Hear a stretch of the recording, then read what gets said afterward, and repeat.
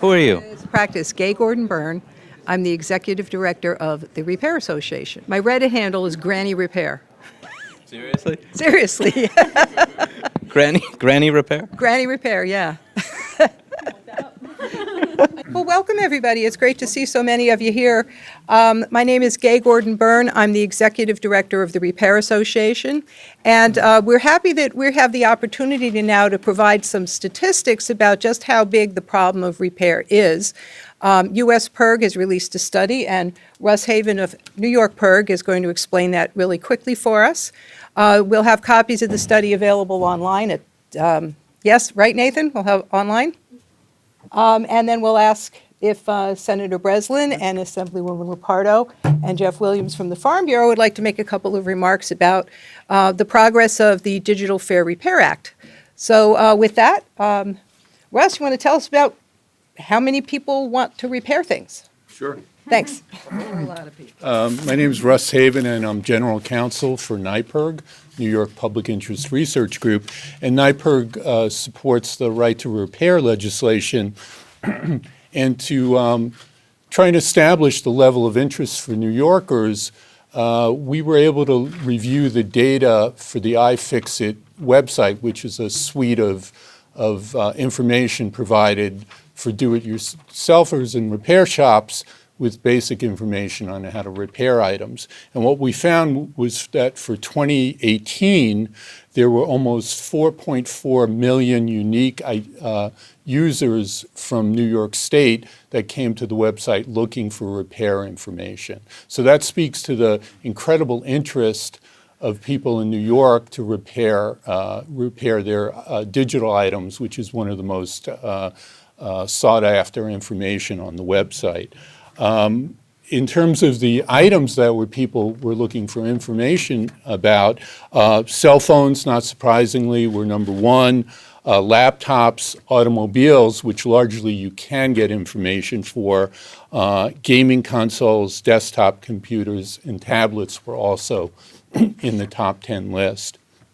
So again, 4.3 plus million New Yorkers coming to the website looking for information because they want to repair their items. Why is this important? Well, clearly it shows consumers want information to repair their stuff, and they want to save money. In many cases, they want to save time. And also, NYPIRG, as you may know, is not only concerned about consumer issues, but environmental issues. And the problem of e-waste is enormous. It's an environmental and public health problem. For example, nearly 24,000 cell phones are discarded daily in New York. So we really need to get a handle on e-waste. And obviously, if we can repair items rather than replace them and discard the old ones, we're going to make significant advancement in that area. So again, we think this shows that New Yorkers want to fix their stuff, they want to save money, and if this legislation is passed, which we are optimistic will happen this session, that means that repair shops and do-it-yourselfers will get the information, will get the tools they need, and get the parts so that they can repair items rather than throw them out.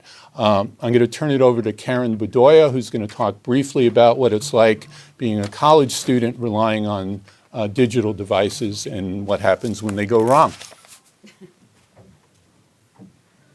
Good morning. My name is Karen Bedoya, and I'm a policy associate with the New York Public Interest Research Group.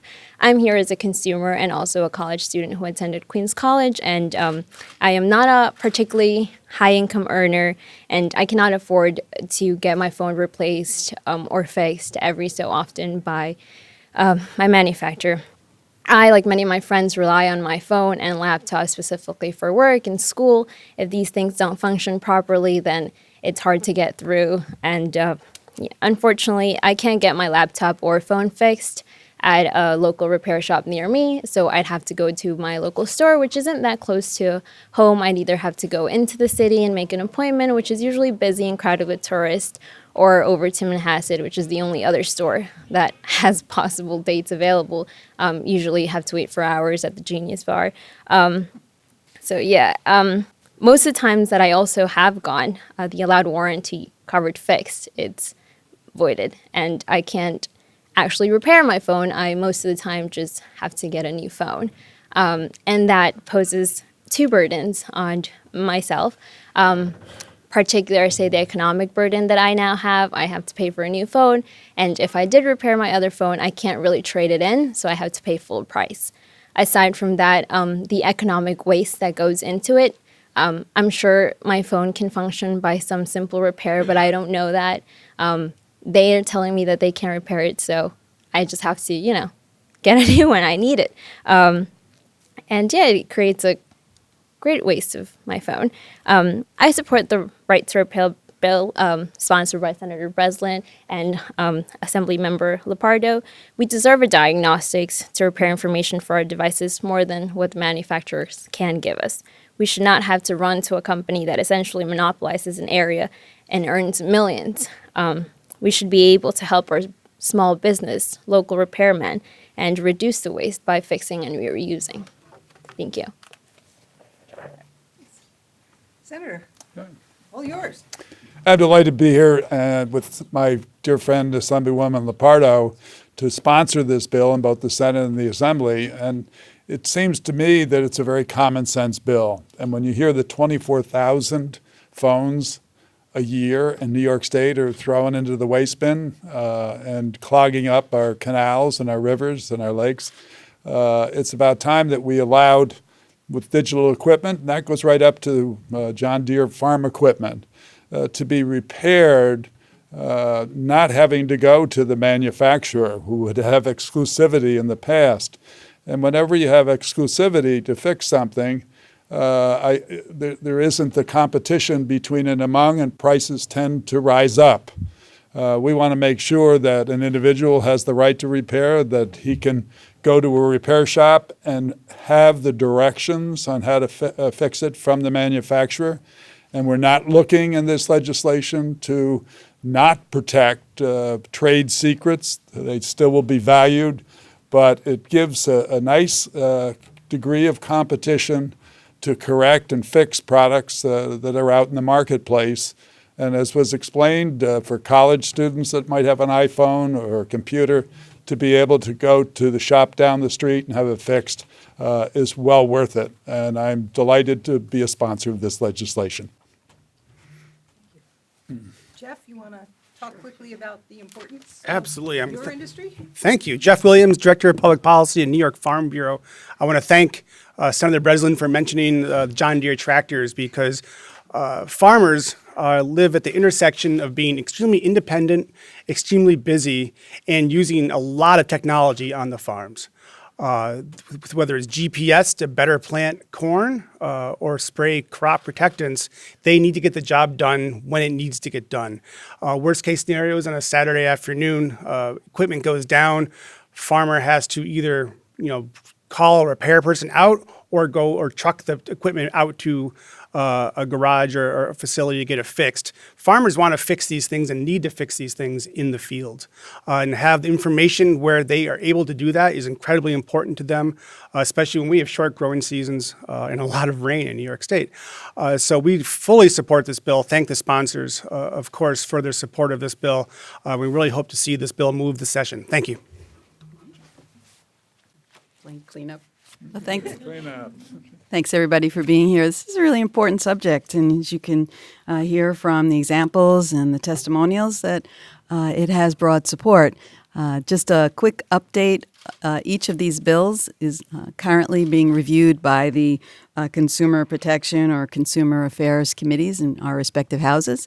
We have quite a few sponsors from both sides of the aisle. It is universally understood from most perspectives that this is the right way to go. However, we would be the first state to do this. And I'm very proud, as the chair of the Committee on Agriculture, to represent farmers in this discussion, as a consumer myself, to speak up on behalf of consumers who are looking for a break. Also, as someone who's been dedicated, I've dedicated most of my professional life to environmental conservation and to protection of the environment. To have this sort of landfilling go on, this culture of throwing things away when someone could have the simple ability to get their item repaired or repair it themselves. Also, on behalf of my father, who's no longer with us, he taught me how to use a soldering iron before I learned to drive, or before I learned to play with a lot of toys. I spent my youth, changing tubes and televisions and repairing a lot of things that were, readily available at the time. Most of us expect that ability right now. And I'm certainly committed to working across the aisle and with my colleagues to represent those interests and not the interests of big corporate money, who clearly would prefer it if we all just went away and kept things going the way they are. So we're here to basically challenge that status quo. And I appreciate all your support and interest. Thank you. Wrap it up. I suppose you can ask questions. Sure. Yeah, come on in. Does anybody? Would the repair manual have to be posted, or would it come with the product? How would that work? That's up to the manufacturer. There's no specifics in the bill, so they can do what they've been doing. Typically, they'll want to distribute what they've already created and just make it more widely available. Would it also include some household appliances, like maybe dishwashers, I don't know, like washing machines that have digital screens and that kind of thing? Oh, I certainly hope so. Yeah, that would not be, it's not excluded in the bill, and I personally want to make sure I can get my refrigerator fixed. I did try to repair a microwave once, didn't go well. Oh, yes. The one category other than automobiles that is excluded in the bill is medical equipment.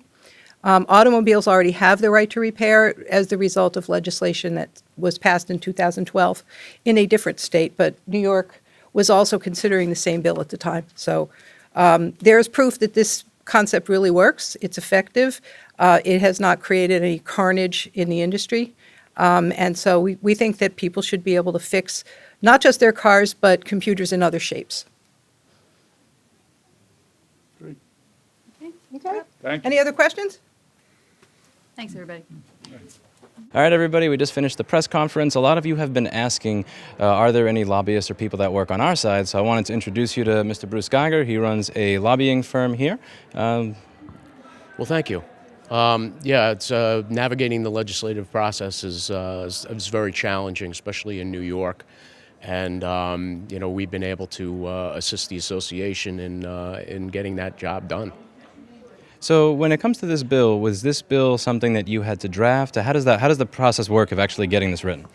We had original sponsors that were very interested in the issue, and we had some legislation in the auto industry that we use as a model. So working with our sponsors, we went through a couple of versions of drafting until we finally had a bill that we felt everyone was comfortable with, and something that we would have a good chance of being able to convince people it was a good bill, it's a clean bill, and it didn't provide too much of a burden to the manufacturers, and that it was drafted in a way that we could get the majority support for it in the legislature.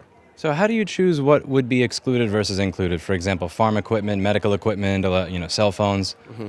A lot of that has to do with our legislative supporters. I mean, we have to have a bill that they're comfortable with. And when you put a bill in like this, you hear from, of course, all the groups that are concerned about it and how it's going to affect their business model. Usually it's all about the bottom line. But some of them make some good arguments as to why they should reconsider having them included, but it's really the legislators that we work with and the sponsors' decision on what's in and what's out. So they take a political temperature of their membership and see if there's something, for instance, medical equipment that raises more concerns and takes a lot of time to explain. It's a hard hurdle to get over then, and the opposition can use it as a way to confuse the issue and maybe bottle up our legislation in committee. So sometimes we just have to make a decision that, well, let's get what we can get and work from there. A few more questions. What are the most effective ways to engage co-sponsors so that they present the bill with the zest that you saw in here? Because in some states that we visited, the co-sponsors were very enthusiastic. They understood the bill. They understood the reason behind it. And in other states that we've went to, sometimes the co-sponsors introduce it. They get cold feet when lobbyists show up the day before, and then they're not really as confident in putting it across. So in other states other than New York, what are some of your suggestions as to how to get co-sponsors to be more informed and excited about the bill, and also have less cold feet when lobbyists show up from CompTIA and Farm Bureau, not Farm Bureau, but dealership associations and so on and so forth? Well, you have, in New York we have 150 assembly people and 63 senators, so that's a lot of members that you have to cover. And you really, as big as our grassroots effort is, it's very hard to, have those kind of conversations with every single member. So what you really do is you have to do a little bit of triage. You figure out who are the members that can really be helpful to us and who are the ones we really need to be committed to this. And that's kind of what we spend our time on. And then when some of the leaders of the legislature are signing on the bill as a co-sponsor, that automatically brings a lot of the regular membership along, because they figure if my leader's on it, it must be a good bill. So consequently, that's how we get a lot more sponsors.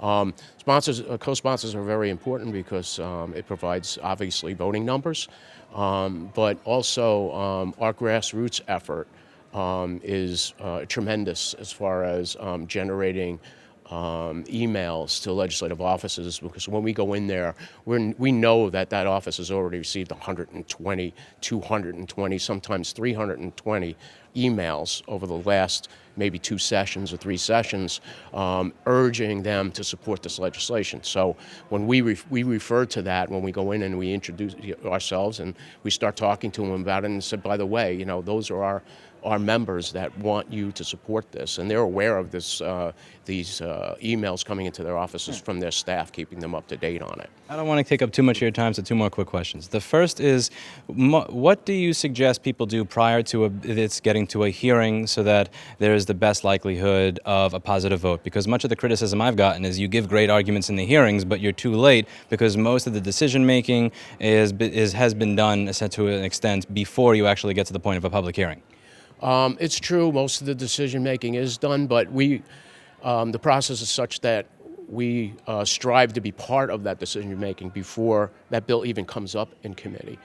So we usually work on the committee members first, make sure that there's no hesitation on any of their parts, and if there is, we concentrate our lobbying efforts and also talk to the leadership about maybe helping us make sure that we have enough votes at the committee level. But there's a lot of different strategies depending on what committee you're going through and what bill you're pushing. So that's what kind of we do. We kind of figure out the best strategy for advancing the legislation through the process, and it's an ongoing process. But then once you get to the committee level, you should have a pretty good idea on how that committee is going to vote on that particular issue. And we're confident that I think the first committee we're going to see act on it is the Senate Consumer Protection Committee. Awesome. Last question. So one of the questions I get all the time is, what can I do as a normal person? And what I usually say is, when we do talk about a hearing showing up in your state, show up, because people think you need special credentials. As long as I have my state ID, I can show up and I can sign up to speak. What is it that people can do besides that to help move things along if they're just a regular citizen? Okay, so there's 2 public input opportunities, right? One is a hearing. A lot of legislation doesn't have a hearing, and we're not anticipating at this point that there will be a public hearing on this, because the New York State Legislature is not required to have public hearing on legislation. Some other states have different rules the way they work it. So when people refer to a hearing here, it's usually the committee meeting, and the committee meeting is usually only the members of the committee are allowed to speak at the committee meeting. So the chairman is the one that sets the agenda. We put our bill on the agenda. We would have already talked to our members on the committee, to the members on the committee who are supportive of our legislation, to make sure that they're going to maintain their support in the meeting. And certainly you can put grassroots folks like yourself in that room and have that awareness for the members there, that there are constituents that are present and watching the proceeding. And also many of our hearings at this point, if not all of them, are streamed. So, you as somebody who's interested in this issue would be notified that the meeting was going to take place, and you would be able to keep an eye on your legislator to make sure that they do the right thing. And if they do, you should congratulate them. If they don't, you should help to educate them again, or tell them that you're very disappointed in how they voted. And when it goes to the floor and you still need their vote, maybe we'll have a unanimous vote on the legislation. All right, thank you so much for taking the time. Sure. Very robust conversation. So there you have it. You have Senator Breslin and Assemblywoman Lapardo's statements. I'm really happy to see that they are co-sponsoring this legislation. I'm really happy to see that they're in favor of it. But above all, I'm really happy to see that they're aware of the nonsensical arguments that are going to be used against it, and they already know that they are untrue. In other states that we have visited, we have had co-sponsors for the bill, and what tends to happen is right before a hearing occurs, a group of people show up, typically lobbyists or special interest groups, and bombard them with information on how this is bad. As we saw in Maine, in addition to meeting with the co-sponsors of the bill before the hearing, they not only sent one, but two people for certain special interest groups, like CompTIA, who sent a lobbyist and an attorney to one hearing. You know that there are going to be special interest groups and lobbyists camping outside of Senator Breslin and Assemblywoman Lapardo's office to explain to them why this bill is bad, how batteries are going to explode, how tractors are going to be overclocked, how people's data is not going to be secure, how intellectual property theft is going to cause the destruction of the economy, how the ESA's digital locks will be picked and the $35 billion gaming industry destroyed.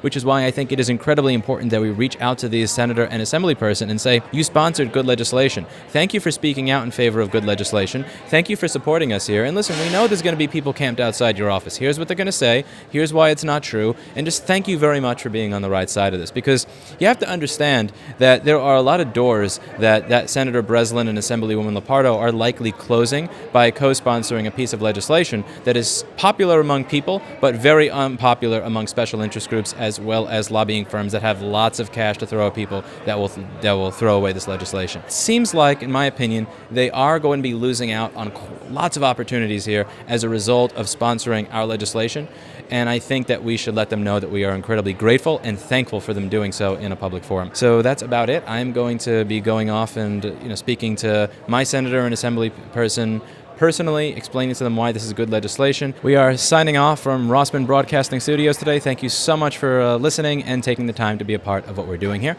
We will see you later. And also, thank you very much. Props to Erica for finding the backup generator that allowed me to do my editing as well as this broadcast in the middle of the assembly building. Yeah. She's a good detective. She genuinely went through the entire building to find these outlets. So everybody just say thank you very much to our production assistant, Erica. You can pay me in cookies. No cookie. Cookie. No cookie. Cookie. No cookie. Cheesecake. Maybe. All right. See you in the next one before security kicks me out for setting up a camera and plugging it into their outlets.